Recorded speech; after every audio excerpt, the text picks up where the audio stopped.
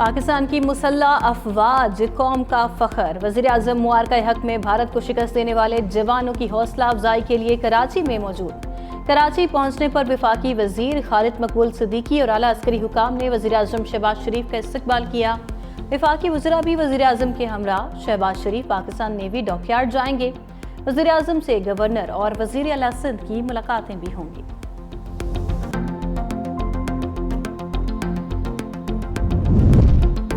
بھارت کا مکروہ چہرہ دنیا کے سامنے لانے کے لیے پاکستان کی سفارتی محاذ پر پیش قدمی۔ نائب وزیر اعظم اور وزیر خارجہ اسحاق ڈار 3 روزہ دورے پر بیجنگ پہنچ گئے۔ چینی ہم منصب سے ملاقات کریں گے۔ اسحاق ڈار نے کہا، بھارت کے بیانیے کو پوری دنیا میں بے نقاب کر دیا۔ بھارت کا بے بنیاد الزامات کا کھیل بے نقاب ہو چکا۔ ترجمان چینی وزارت خارجہ نے کہا، پاکستانی نائب وزیر اعظم کے دورے سے تعلقات کو مزید وسعت دینے کا موقع ملے گا۔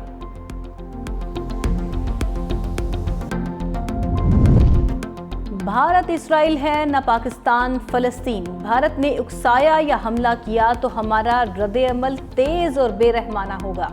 D G I S P R کا ترک نیوز ایجنسی کو انٹرویو۔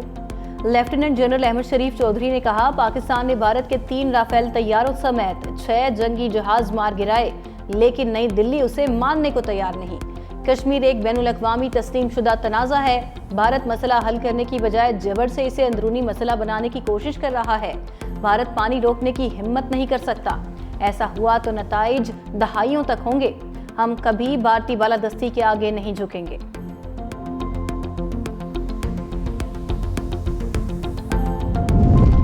پی ٹی آئی رہنما شبلی فراز نے حکومت کے بیرون ملک وفد بھیجنے کو خوش آئند قرار دے دیا۔ کڑی تنقید کا نشانہ بناتے ہوئے کہا، حکومت کی جانب سے بنائی گئی کمیٹی میں اپوزیشن کا کوئی رکن شامل نہیں۔ حکومت نے تنگ نظری کا مظاہرہ کیا، اپوزیشن کو قومی مسئلے پر سائیڈ لائن کر دیا۔ ہمیں اب بھی بھارت سے خطرہ ہے، پاکستان کا کیس لڑیں گے، اپنے پارلیمنٹیرینز کے وفد اپنے خرچے پر بھیجیں گے۔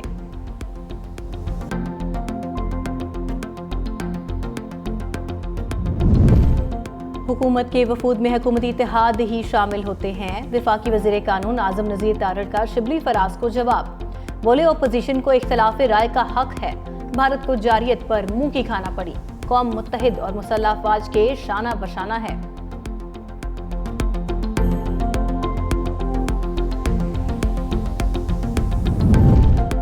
چین نے بھارتی جارحیت کے بعد مومن ڈیم پر کام کی رفتار تیز کر دی۔ چینی میڈیا کے مطابق چین پاکستان کی واٹر سپلائی کسی بھی صورت میں معطل ہونے سے پہلے ڈیم کی تعمیر مکمل کرنا چاہتا ہے۔ مومن ڈیم پر کام 2019 سے جاری۔ ڈیم کی تکمیل پر 800 میگا واٹ بجلی پیدا ہوگی۔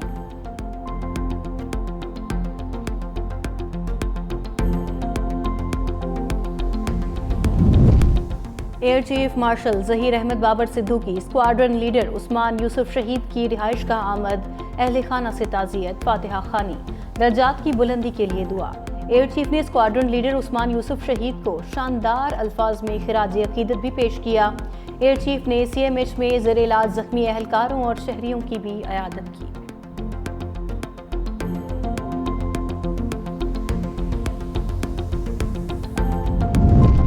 پاک بھارت کشیدگی کے بعد پاکستان اور ایران کے قومی سلامتی کے مشیروں کا رابطہ۔ ایران کی قومی سلامتی کے مشیر جنرل علی اکبر احمد یان نے کہا، ایران اور پاکستان خطے کی امن سے دشمنوں کو کھیلنے کی اجازت نہیں دیں گے۔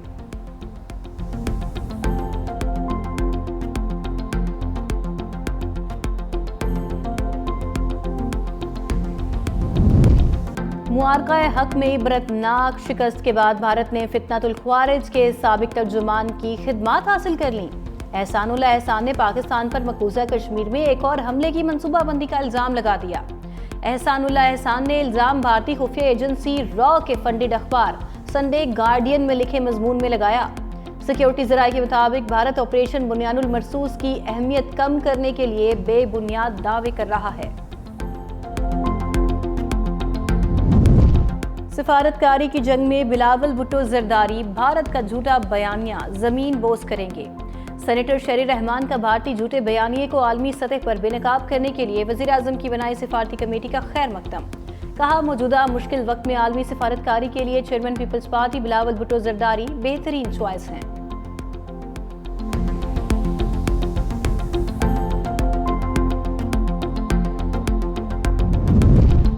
معارکہ حق میں عبرتناک شکست کے بعد بھارت نے فتنۃ الخوارج کے سابق ترجمان کی خدمات حاصل کر لیں۔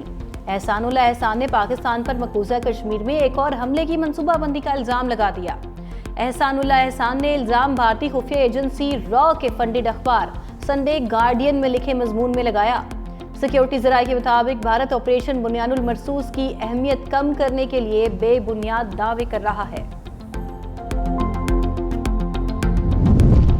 سفارتکاری کی جنگ میں بلاول بھٹو زرداری بھارت کا جھوٹا بیانیہ زمین بوس کریں گے۔ سینیٹر شیری رحمان کا بھارتی جھوٹے بیانیے کو عالمی سطح پر بے نقاب کرنے کے لیے وزیر اعظم کی بنائی سفارتی کمیٹی کا خیر مقدم۔ کہا موجودہ مشکل وقت میں عالمی سفارتکاری کے لیے چیئرمین پیپلز پارٹی بلاول بھٹو زرداری بہترین چوائس ہیں۔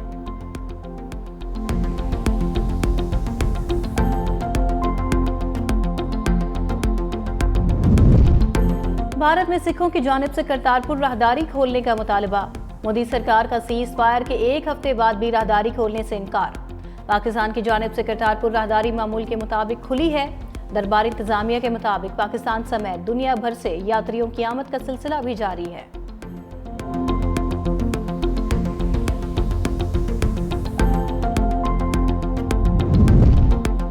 سینئر وزیر سندھ شرجیل میمن اور وزیر توانائی سید ناصر حسین شاہ کا چین میں چیری ہیڈ کوارٹرز کا دورہ۔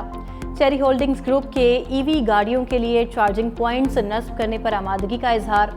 سینئر وزیر شرجیل میمن نے کہا چارجنگ سٹیشنز اور اسمبلنگ پلانٹ کے قیام سے مقامی لوگوں کو روزگار ملے گا۔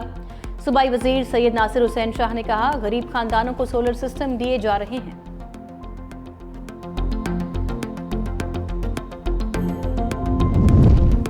سرکاری پیداواری کمپنیوں کے پاور پلانٹس کی نیلامی کا دوسرا مرحلہ مکمل۔ 2362 میگا واٹ کے 3 پاور پلانٹس نیلامی کے لیے پیش۔ 880 میگا واٹ کے جام شورو پاور پلانٹ کے لیے خریدار کمپنی سامنے آ گئی۔ صدیق اینڈ سنز کمپنی نے جام شورو تھرمل پاور پلانٹ کی خریداری کے لیے بولی لگائی۔